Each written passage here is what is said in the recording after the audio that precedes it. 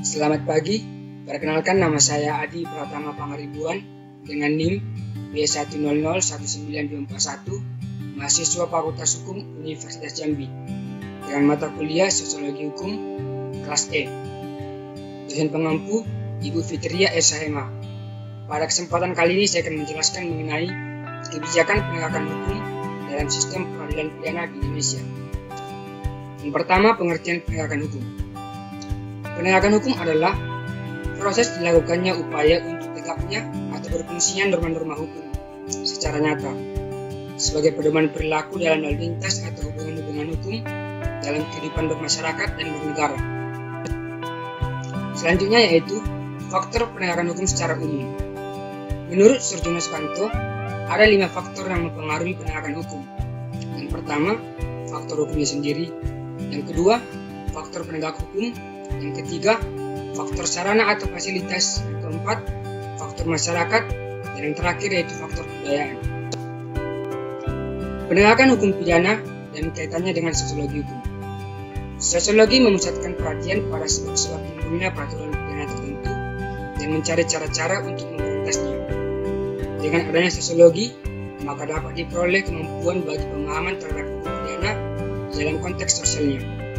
Serta dengan adanya sosiologi juga dapat memberikan kemampuan untuk mengadakan analisis terhadap efektivitas hukum dalam masyarakat, baik sebagai sarana penilaian sosial maupun sarana kemungkinan terjadinya penyimpangan tingkah laku yang tidak sesuai dengan hukum, dikembalikan pada esensi tujuan hukum itu sendiri, yakni menciptakan keadilan masyarakat.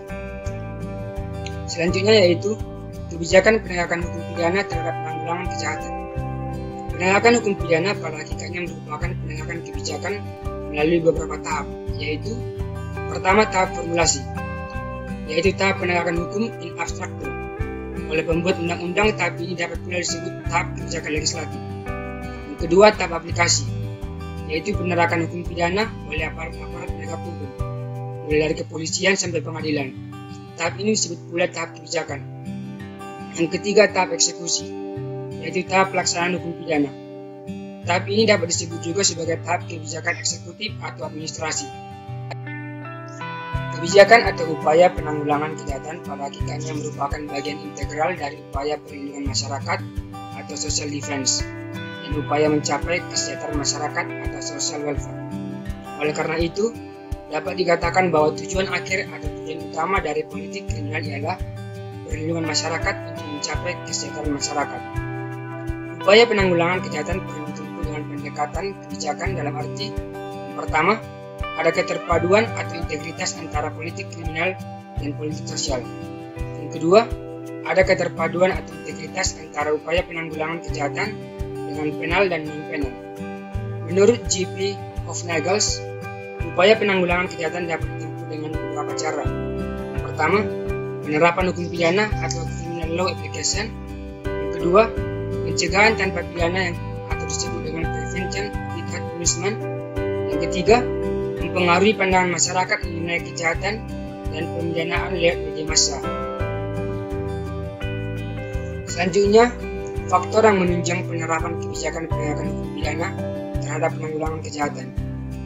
Dalam konsep keamanan masyarakat modern, sistem keamanan bukan lagi tanggung jawab penegak hukum semata, namun menjadi tanggung jawab bersama seluruh elemen masyarakat. Dalam pandangan konsep ini, masyarakat disanding sebagai objek juga sebagai subjek. Sebagai subjek, masyarakat adalah pelaku suatu aktivitas atau tindakan, baik secara individual maupun bersama-sama. Sebagai objek, masyarakat dijadikan sasaran dan korban kejahatan bagi segenap aktivitas kriminal. Kesadaran hukum menjadi satu hal yang penting dalam penerapan dan pelaksanaan hukum. Semakin tinggi kesadaran hukum penduduk suatu negara, maka semakin tertib kehidupan bermasyarakat dan bernegara. Faktor kesadaran hukum ini mempunyai peran penting dalam perkembangan hukum, di mana semakin kuat kesadaran hukumnya, semakin kuat pula faktor kepatuhan hukum. Kesadaran hukum masyarakat yang pada gilirannya akan menciptakan suasana penegakan hukum yang baik, memberikan rasa keadilan, dan dapat menciptakan kepastian hukum dalam masyarakat dan memberikan kemanfaatan bagi anggota masyarakat. Kesimpulannya, penegakan hukum adalah suatu usaha untuk menanggulangi kejahatan secara rasional, memenuhi rasa keadilan, dan juga sebagai upaya untuk tegaknya atau berfungsinya norma-norma hukum secara nyata sebagai pedoman perilaku dalam hubungan-hubungan hukum di kehidupan bermasyarakat dan bernegara. Pada saat penanggulangan kejahatan, terdapat berbagai reaksi yang diberikan kepada pelaku kejahatan, sebagai sarana pidana maupun non-pidana. Jika sarana pidana dipakai untuk menanggulangi kejahatan, berarti akan dilaksanakan politik hukum pidana, yakni mengadakan pemilihan untuk mencapai hasil penanggulangan pidana yang sesuai dengan keadaan dan situasi pada waktu dan untuk masa-masa akan datang. Namun ada beberapa kendala dihadapi pada saat penerapan kebijakan penegakan hukum pidana di Indonesia, yaitu seperti peraturan perundang-undangan saling tumpang tindih dan bertentangan satu dengan yang lain, dan tidak menyesuaikan dengan perkembangan masyarakat. Juga karena sumber daya penegak hukum yang masih sangat terbatas dan kurang update terhadap perkembangan teknologi, serta karena kurang adanya koordinasi antar lembaga penegak hukum. Demikian yang dapat saya sampaikan dan jelaskan. Jika saya ada salah kata, saya mohon maaf.